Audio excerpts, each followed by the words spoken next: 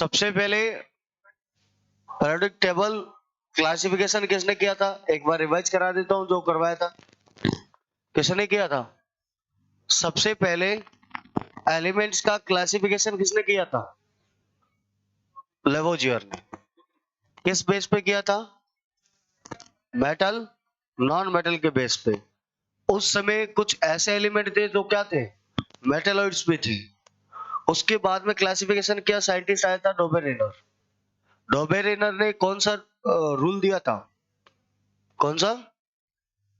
ट्रैग rule. ट्रैग rule दिया था। उसने क्या बोला था कि यदि किन्हीं तीन तत्वों को, एलिमेंट्स को अगर एडजस्ट किया जाता है तो दोनों एलिमेंट के मिडिल वाला एलिमेंट उनके एवरेज के क्या होता है? बराबर होता है। वैसे इसने एग्जांपल कौन सा दिया था? Lithium, sodium, potassium, phosphorus, arsenic, antimony. यही कुछ एग्जांपल दिए इसने। फिर कौन सा आया? न्यूलैंड्स। न्यूलैंड्स ने कौन सा नियम दिया था? ऑक्टेट रूल दिया था। कौन सा? ऑक्टेट रूल दिया था, अष्टक नियम दिया था। उसने क्या बोला था इसके बारे में कि यदि तत्वों को उनको आरोही क्रम में, असेंडिंग ऑर्डर में अगर अरेंजमेंट किया जाता है तो पहले एलिमेंट के सेम प्रॉपर्टीज रिपीट होगी। कौन से एलिमेंट में? 8वें में। तो दूसरी है तो 9वें में, तीसरा है तो 10वें में रिपीट होगी। उसके बाद में इसकी जो न्यूलैंड्स का ऑक्टेट रूल था, ये कहां तक लागू होता था? कैल्शियम तक। कहां तक? कैल्शियम तक। न्यूलैंड्स के अष्टक नियम के अंदर, ऑक्टेट रूल के अंदर, इसकी पीरियोडिक टेबल में पहला एलिमेंट कौन सा था? हाइड्रोजन। और लास्ट एलिमेंट थोरियम। इसकी पीरियोडिक टेबल हाइड्रोजन से स्टार्ट होकर खत्म कहां से होती थी? थोरियम थी। इस समय ज्ञात तत्वों की संख्या कितनी थी? 56। और डोबेरेनर के समय 33। उसके बाद में कौन आया? हेनरी मैंडलिफ आया। उस मैंडलिफ ने किस अरेंजमेंट पे किया था? असेंडिंग ऑर्डर में किया था। ठीक है। लेकिन ये तीनों साइंटिस्ट थे। कौन सा? डोबेरेनर, न्यूलैंड्स और मैंडलिफ। इन तीनों ने अरेंजमेंट किया किस बेस पे? एटॉमिक मास के बेस पे।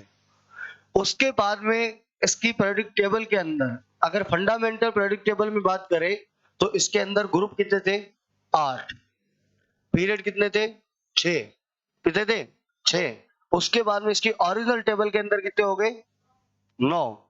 और वर्ग आवर्त 7 हो गए। तो इस समय ज्ञात तत्वों की संख्या कितनी थी? 63। कितनी थी? 63। उसके बाद में इसमें बात करते हैं कि इसने क्या कमी क्या रही थी इसकी? इसने बोला था कि लोहे जैसी प्रॉपर्टीज रखने वाले कोबाल्ट और निकेल को उससे दूर रखा गया। यही तो कमी थी इसकी। दूसरा, समस्थानिकों यानी कि आइसोटॉप्स के लिए कोई जगह नहीं थी।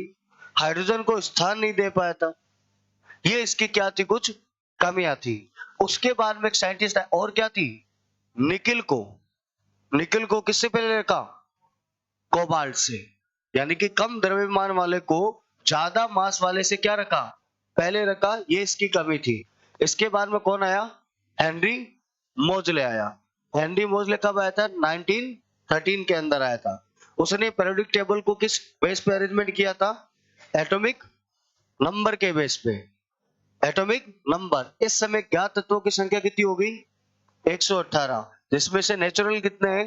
94। और आर्टिफिशियल कितने हैं? 24। कितने? 24। उसके बाद में हमने पीरियोडिक टेबल की बात की थी। आज वापस वो समझ में आ गया था? रिवाइज कराना है? बोलो, रिवाइज करवाऊं? चलो, वो प्रॉपर्टीज रिपीट करवा देता हूं, है ना? फिर कुछ फैक्ट्स है लिखाना है। देखो, जैसे लिखा हाइड्रोजन, हीलियम, लिथियम, बेरिलियम,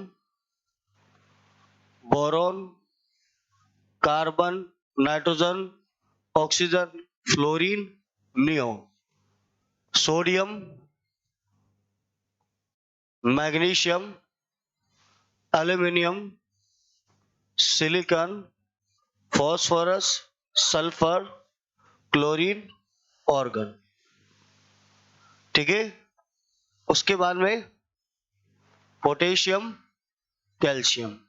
ये यहां तक की एक बार बात करता है, ठीक है। अब देखो,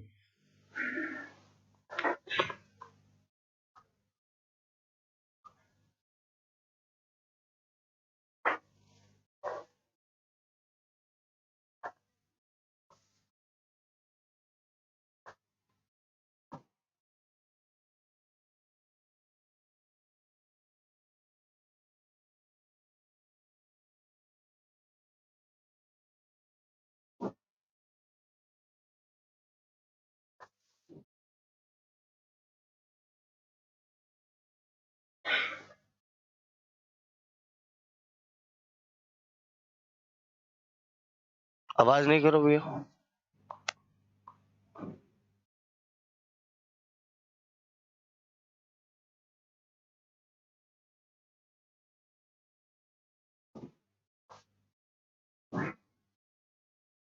देखो, इस प्रकार से थी पीरियोडिक टेबल। अब एक बात सुनना, ये है एक ग्रुप, ये दूसरा, और यहां से कहां तक होता है, 3 से लेकर 12 तक। इसके बाद में ये 13, 14, 15, 16, 17 और 18, ये ग्रुप कितने हो गए, 18। और अगर पीरियड की बात करते हैं, आवर्त की, तो ये देखो, 1, ये 2, 3, 4, 5, 6 और 7 इधर आवर्त होते हैं। और अगर 1 से लेकर 2 इनकी बात करूं तो ये होता है एस ब्लॉक तत्व। और अगर 3 से लेकर 12 तक करूं तो ये होता है डी ब्लॉक तत्व, ठीक है। और अगर यहां से लेकर यहां तक की बात करता हूं तो ये होता है पी ब्लॉक तत्व। अब यहां से क्या होता है, एलिमेंट 58 से निकलता है और 71 तक, और सेकंड एलिमेंट निकलता है 90 से लेकर 103 तक। ये जो एलिमेंट निकले इस पीरियोडिक टेबल में, इस ग्रुप को बोला जाता है कौन सा तत्व, एफ ब्लॉक तत्व, एफ ब्लॉक एलिमेंट, ठीक है। अब एक बात सुनना, ये ऊपर वाला क्या होता है, लेंथेनॉइड या एक्टिनॉइड है, लेंथेनॉइड, ये होता है लेंथेनॉइड,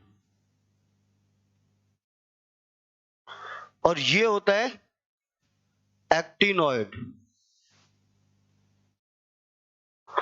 उसके बाद में ये जो 18 ग्रुप है, इसको क्या बोला जाता है, नोबल गैसेस, या इसको बोला जाता है इनर्ट गैसेस। नेक्स्ट, ये जो दिख रहा है 17 ग्रुप, इसको क्या बोला जाता है, हेलोजन। और 16 नंबर ग्रुप है, इसको बोला जाता है क्या, चाल्कोजेंस, चाल्कोजेंस, ठीक है। दूसरी चीज, डी ब्लॉक तत्व है, इनको बोला जाता है संक्रमण तत्व, संक्रमण तत्व, यानी कि ट्रांजिशन मेटल,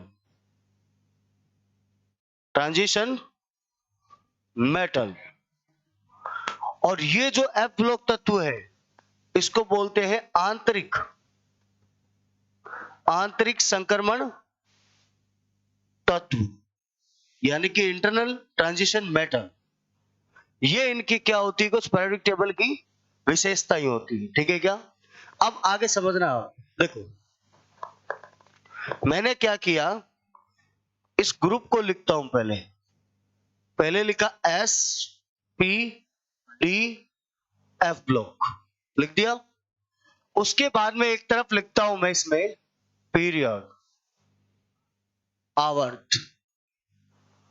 थोड़ा सा गौर से देख के बताना, देखो अगर मैं इस प्रॉपर्टीज पे चलता हूं तो आप मुझे एक बात बताओ, देखो इधर कितने तो ग्रुप थे, 7, देखो ये हो गया 1, 2, 3, 4, और ये कितना हो गया 5, ये कितना हो गया 6, और ये कितना हो गया 7। देखो पूरा हो गए, 1 2 3 4 5 6 7।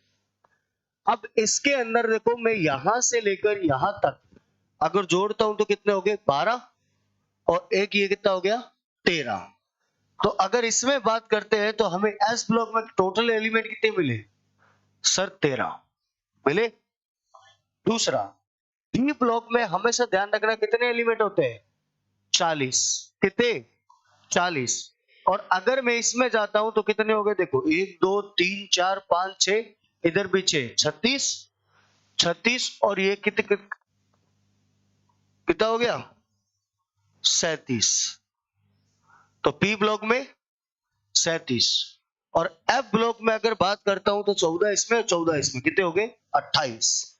कितने हो गए, 28 एलिमेंट।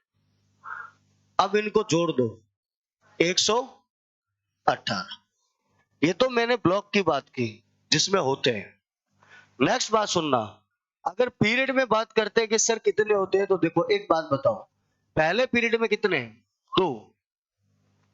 दूसरे में देखो 1 2 3 4 5 6 7 8, कितने हो गए, 8। तीसरे में 8, फिर 18, फिर 18, फिर 32, फिर 32, और फिर अपूर्ण इनकम्प्लीटेड। तो ये ध्यान रखना, अगर पहले आवर्त की बात करते हैं तो इसमें टोटल एलिमेंट कितने होते हैं, 2 एलिमेंट। अगर बात करते हैं दूसरे और तीसरे आवर्त की तो कितने एलिमेंट होते हैं, 8 एलिमेंट।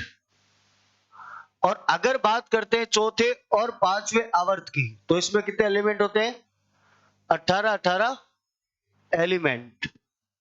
और अगर बात करते हैं छठे,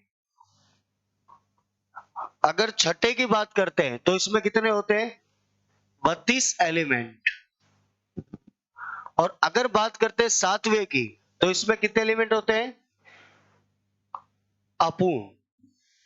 ये अपूर्ण होता है, बोले तो इनकम्प्लीटेड होता है ये आवर्त सातवां। ठीक है, क्या प्रेडिक्टेबल में यही पूछा जाता है कि ये कौन से होते हैं जो कि इनकम्प्लीटेड आवर्त है पूरी प्रेडिक्टेबल का, तो कौन सा बताओगे, 7 नंबर। अब सुनना आगे, अगर इसमें चलता हूं तो जो आपको 1 नंबर ग्रुप दिख रहा है, ये 1 नंबर, इसको बोला जाता है कौन सी मेटल, अल्कली मेटल। और इसको हिंदी में बोलते हैं क्षार धातु,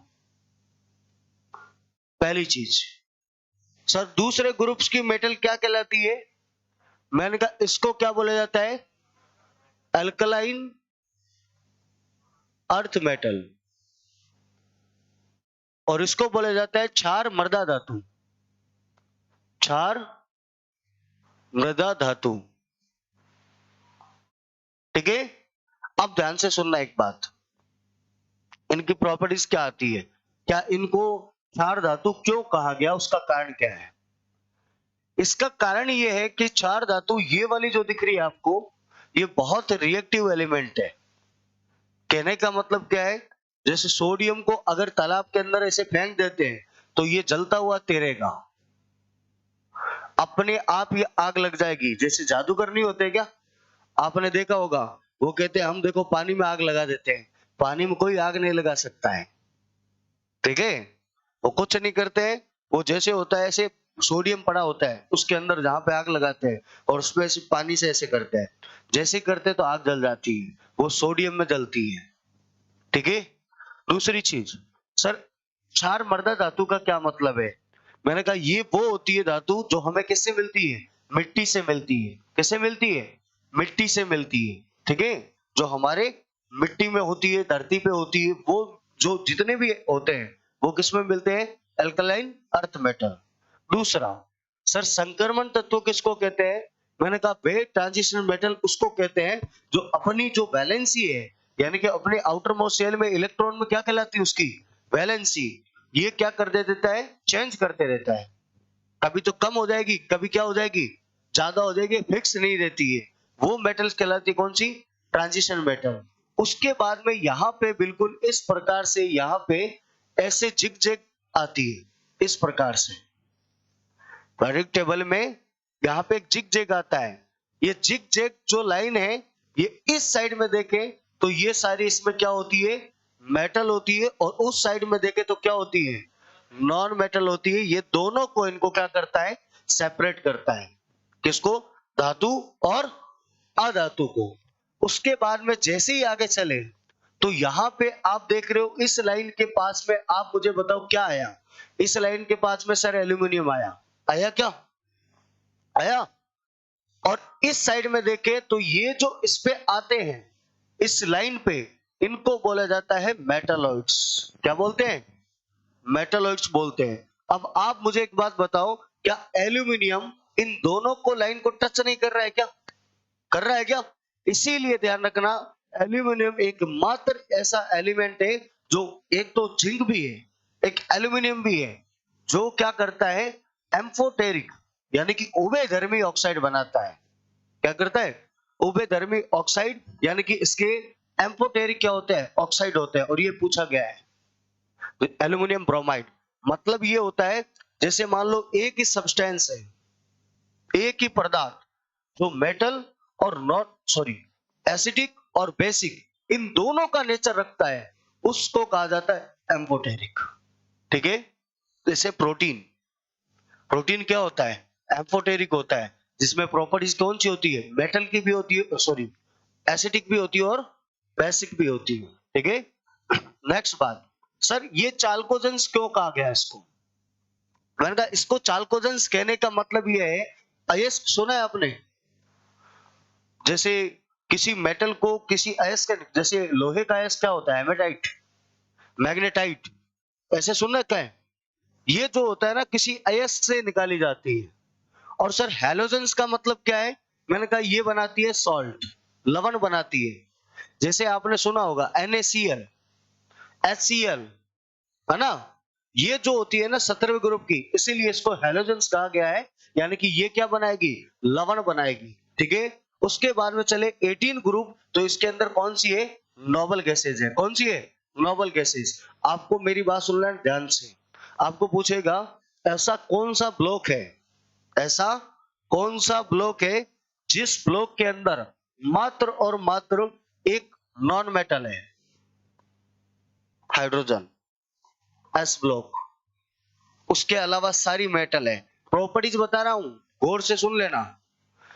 एकमात्र ऐसा ग्रुप या ब्लॉक जिसमें नॉन मेटल है, एस ब्लॉक, एक ही तो हाइड्रोजन, हाइड्रोजन एक ही तो है। आपको पूछा जाएगा बताइए एकमात्र ऐसा ब्लॉक जिसमें केवल मेटल है, डी ब्लॉक। कौन सा, डी ब्लॉक।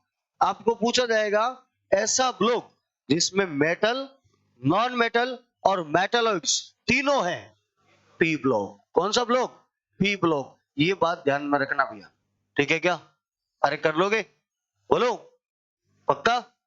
अब वो प्रॉपर्टीज बढ़ती है घटती है रेडियस वो बताना है क्या, या वो हो गया, बताऊं, चलो देखो, ये इनकी प्रॉपर्टीज थी, आता है वो, याद हो गया था, पक्का, रहने दूं, चलो कह दियो तने बना दावा, क्या, देखो देखो, हाइड्रोजन सेकंड नंबर पे लिखता हूं, लिथियम, सोडियम, फिर लिख दिया मैंने पोटेशियम। ठीक है, अब मुझे आप बताओगे, ध्यान से सुनना, आप मुझे इनका ऑर्डर बताओ, क्या क्या ऑर्डर लिखाया था आपको। सबसे पहले मैंने क्या लिखाई थी इसकी, संयोजकता, क्या लिखाई थी, संयोजकता, वैलेंसी। सेकंड क्या लिखाया था आपको, परमाणु त्रिज्या,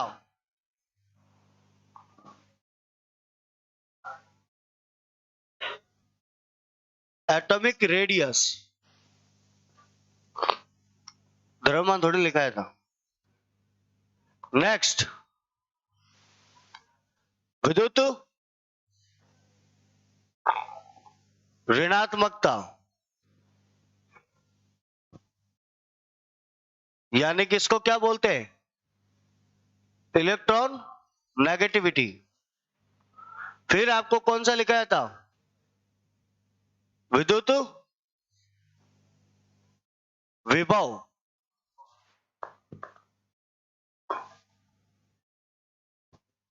आयरन विभव, बंधुता। इलेक्ट्रॉन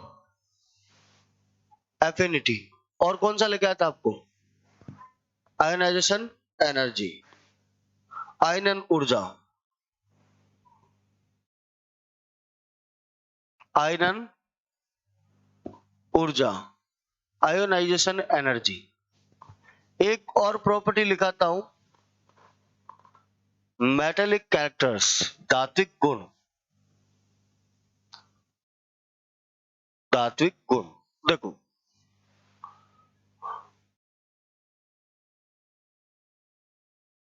हाँ भैया देखो, कौन सा क्या होता है? क्या बोल रहा है ये? हिंदी में बोलो भाई।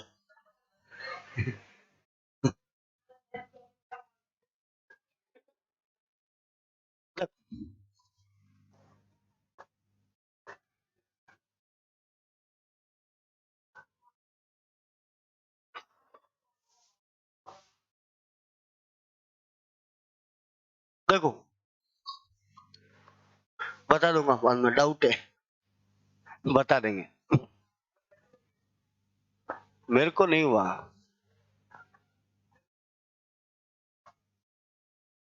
जेड कौन सा बोल रहे हो तुम? है?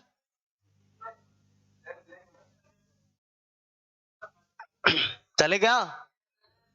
देखो इनकी स्ट्रक्चर बनवाते हैं। ये इसका न्यूक्लियस हो गया और ये पहली कक्षा। ये इसका न्यूक्लियस, ये पहली कक्षा, दूसरी कक्षा। ये पहली कक्षा 2 इलेक्ट्रॉन 8, फिर 1। फिर ये पोटेशियम, पहली कक्षा, दूसरी कक्षा, तीसरी कक्षा, चौथी कक्षा। अब एक बात बताओ, पहली कक्षा में कितना इलेक्ट्रॉन आएगा? 1। इसमें 2, फिर इसमें, फिर फिर फिर इसमें 8 8 और फिर 1। मुझे एक बात बताओ, क्या मैं पेरियोडिक टेबल के अंदर ऊपर से नीचे की तरफ ये नहीं लिख रहा हूं क्या एलिमेंट? ये देखो, यही तो लिखा है, hydrogen, helium, lithium, sodium, potassium, यही तो लिखा है।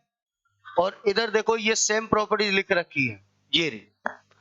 आप मुझे एक बात बताओ, जब मैं ऊपर से नीचे की तरफ आ रहा हूं तो एक बात बताओ, इनकी संयोजकता यानी कि इसकी वैलेंसी वो सेम है या अलग है? सेम है। एक एक है सबकी, तो क्या होगी? सेम, यानी कि समान होती है। दूसरा, क्या इसकी एटॉमिक रेडियस, एक ये रहा एलिमेंट और एक ये रहा, एटॉमिक रेडियस बढ़ रही है क्या? बढ़ रही है, तो क्या होगी? इंक्रीज होगी, बढ़ेगी। नेक्स्ट मुझे बताओ, अगर मैं बात करता हूं विद्युत ऋणात्मकता, मेरे पास कोई इलेक्ट्रॉन है, उस इलेक्ट्रॉन को सबसे पहले मैं इसके पास में लेके गया। जब इसके पास में लेके गया, इसके न्यूक्लियस में यानी कि इसके नाभिक के अंदर क्या है? सबसे ज्यादा है पावर। तो मैं इसके पास में लेके गया, तो ये आसानी से उसको चिपका लेगा, या ये हाइड्रोजन। तो यानी कि इलेक्ट्रॉन अट्रैक्शन कौन करेगा जल्दी से? ये करेगा। तो मैं ऊपर से नीचे की तरफ आ रहा हूं, देखो अट्रैक्शन पावर घट रही है क्या? तो ये क्या होगी? डिक्रीज होगी, घटेगी। नेक्स्ट बात, अगर मैं आयनन बंधुता, बंधुता का मतलब क्या होता है? जोड़ना। सबसे जल्दी से कौन जोड़ लेगा? ये या हाइड्रोजन? हाइड्रोजन जोड़ लेगा। क्यों? न्यूक्लियस के पास में रेडियस क्या है? कम है, तो आसानी से क्या होगा? जोड़ लेगा, और ये भी क्या हो जाएगी? घटेगी। नेक्स्ट बात, आयनन ऊर्जा यानी कि इलेक्ट्रॉन को निकालने के लिए सबसे ज्यादा एनर्जी किसको देनी पड़ेगी?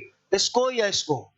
सबसे ज्यादा इसको, उससे कम इसको, उससे कम इसको, उससे कम इसको, तो ये भी क्या होगी? घटेगी। क्या होगी? ये भी घटेगी। उसके बाद में चलता हूं तो धात्विक गुण। आप मुझे एक बात बताओ, सबसे ज्यादा इलेक्ट्रॉन डोनेट सबसे जल्दी कौन कर देगा?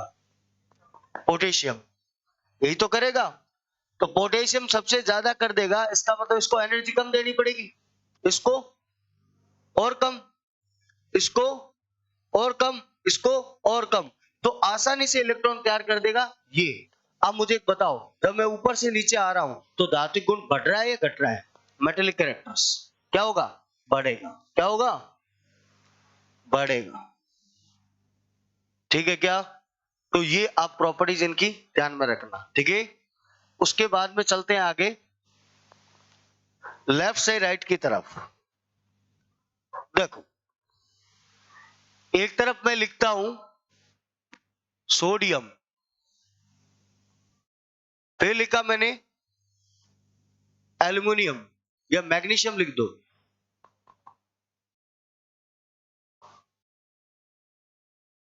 एल्युमिनियम, फिर सिलिकॉन, कितने पे आएगा? फिर फॉस्फोरस 15, से पोटेशियम नहीं है, फॉस्फोरस है। ठीक है, अब देखो,